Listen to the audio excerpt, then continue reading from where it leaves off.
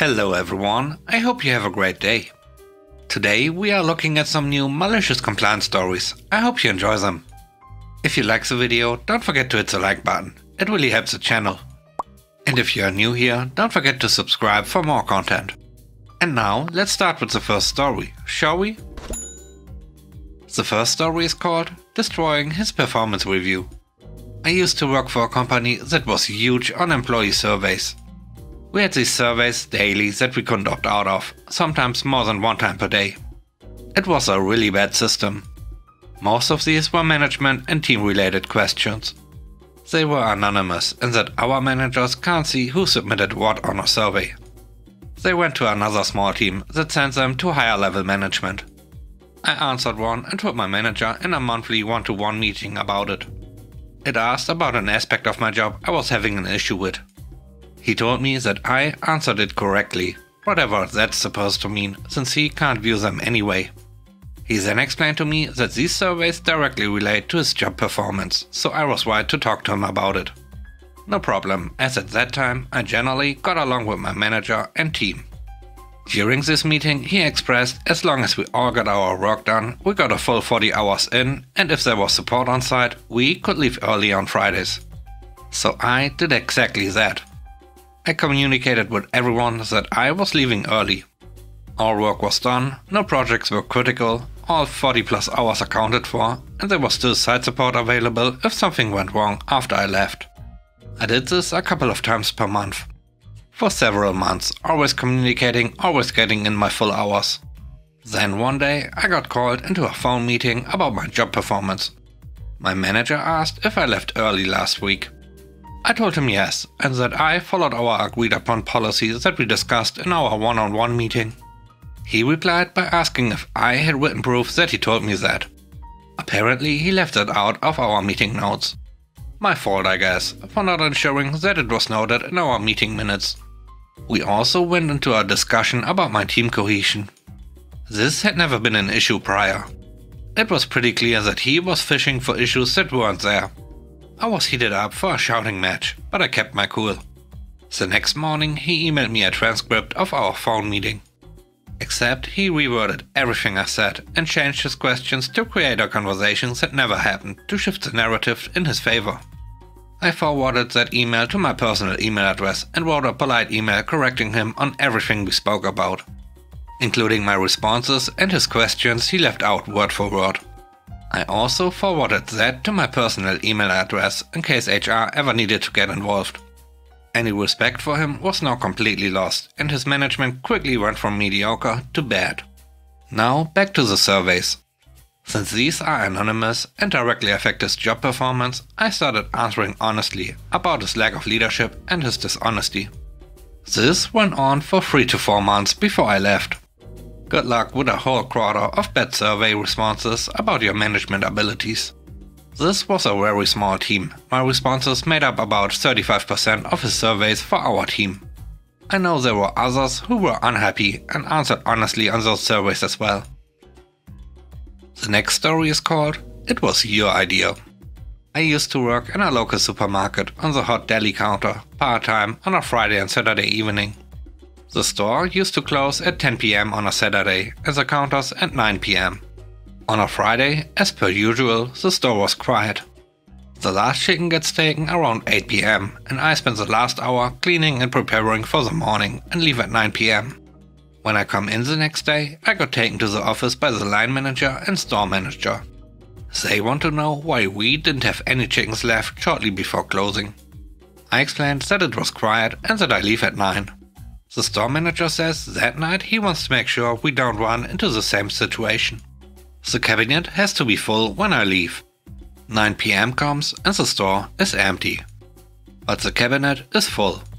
Easily 80 chickens, all backed up, the cabinet is rammed and my job is done. When I come in the next week, I'm hauled into the office by the store manager. He complains that over £1,000 worth of food waste had to be thrown away on that Saturday. He wanted to know why I would do that. I had to gently remind him that he wanted that cabinet full till the end. What did he think was going to happen? He tells me to run it as usual. Who wants chicken at 9:30 on a Friday night after all? The third story is called 2 minutes of your time. I used to work for a Fortune 100 company. Then after that I worked for a life insurance company. I received a call from someone, an assistant of some kind, working for the Fortune 100 company's founder and CEO. The founder had an ancient life insurance policy, a kind they don't make anymore. It paid out when they passed away or when they got to an advanced age, somewhere from 80 to 90. The founder was about to reach that age. The assistant called in to make sure we were going to send out the check. They expressed how dumb it was that the policy ended already and they would have to pay taxes on it.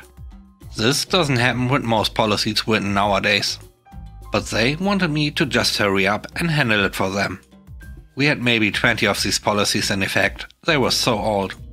And I knew there was some quirk where, according to changing insurance laws, in combination with our changing policies, they could convert it into another kind of policy and thereby not have the big tax hit. I asked for a minute or two to review the policy because I knew there was something, but I wasn't sure what. Just hurry up and close it. I work for a very busy man, you know? I know all about the taxes. Well, okay, done. I remember this policy well for being exactly $1 million, and I believe the tax hit was 28% or $280,000. And I made an effort to save them that cash. But they wouldn't give me the time. And not gonna lie, I hated that company, so I stopped arguing. $280,000 in taxes or 2 minutes of your time. You made the wrong call, buddy, but at least you did it quickly. The next story is called For His Nearest and Dearest. I took employment at a soon-to-be open cafe. The owner was the type that thought they knew everything about the catering industry, even though they worked in HR for 20 years. The coffee machine was delivered and I was given the task of arranging the installation. For a start, the layout of the place was terrible, no washing installed behind the counter. The owner really cheaped out on the plumbing. The owner assured me that there was sufficient plumbing to the cold water piping and pointed out the pipe. Something was off and I maintained that the piping was actually part of the radiator system. I was patronizingly told that I wasn't a plumber and I should just do as instructed. The machine was installed in a fashion straight off of the set pipe. The machine was filled and excitedly the owner insisted that I start making complimentary coffees for his friends. Dutifully, I made around 50 cups of coffee for the friends and loved ones of the owner. When the cleaning downtime came, I noticed that the water was running a dark brown. This wasn't noticed before as, hey, coffee is brown. I emptied the entire pressure from the system and it still wasn't getting any cleaner. Long story short, the plumber was called, my suspicions were confirmed and the owner had given 50 cups of radiator water coffee to his nearest and dearest. The machine had to be stripped to get the sediment out and the central heating system needed to be repressurized. The last story is called Badge Compliance. I run a satellite office for the company I work for. The headquarters for that office is 20 minutes away. I was required to be at the headquarters once, maybe twice a week. At some point, they instituted a visitor badge policy for all visitors. This is normal practice for many office visits. But there are a couple of key differences. First, I was never considered a visitor prior to this event, as I work for the company. Second, my uniform is very unique. It would be easier to get a police uniform than one of mine. Far easier. So on my first visit after the new policy, I was told by the receptionist that all visitors must wear a badge and that it must remain visible at all times. Cool, I can do that. I gave her no lip or attitude because she is only doing her job. So I wore the badge, I clipped it to my long goatee. Next week I wore the badge, I clipped it to my ear. Next week the top of my shoe on the laces. The next week the back of my collar. This went on for about 2 months. It got so that employees there would see me and ask, where is it this time? I had fun with it and never said a word in any form of protest. After the 2-month mark, I went in, signed in and awaited my badge. The receptionist said, while laughing, "Oh, you don't get a badge anymore." I smiled, shrugged and said thank you and went on my way. 2 years later, still no badge. Thanks for watching the video. I hope you enjoyed it. If you did, please consider subscribing to the channel for more content.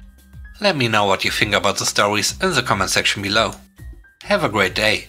Bye bye.